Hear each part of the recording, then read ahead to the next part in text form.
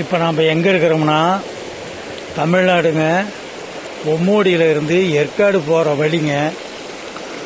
அருமையான இயற்கை, அருமையான காற்று, அருமையான நீர்வீழ்ச்சிங்க. பாரு எவ்வளோ அழகாக இருக்குதா. இதை பார்க்கும்போது எவ்வளோ ஆசையாக இருக்குது, எவ்வளோ அழகாக இருக்குது.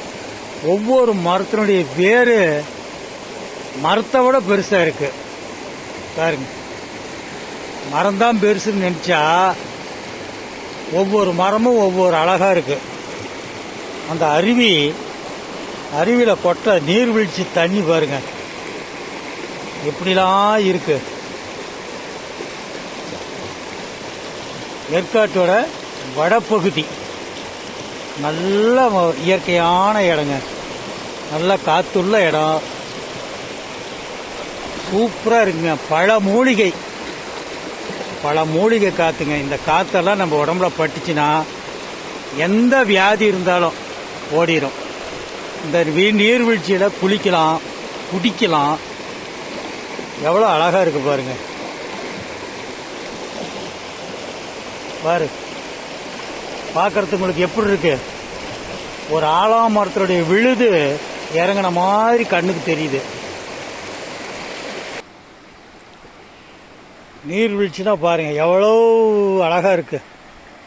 இயற்கை காட்சின்னு மட்டும் சொல்ல முடியாதுங்க. பல மூலிகை காற்று, அப்படியே இசைபாடும் காற்று, குயில் போல கூவக்கூடிய காற்று, நதி, இதெல்லாம் பார்க்குறதுக்கு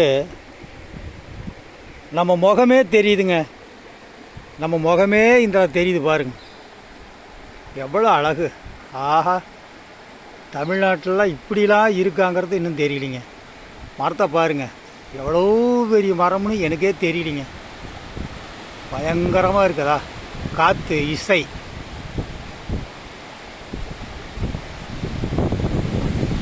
ஆஹா, என்ன குளிர் காற்று,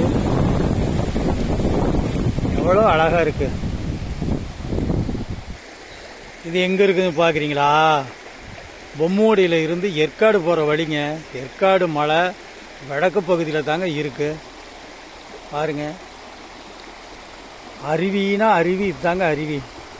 எவ்வளோ அழகாக பெருக்கெடுத்து ஓடுது பாருங்க. அதனுடைய சவுண்டே தனியாக இருக்குது, சத்தமே அழகாக இருக்குது.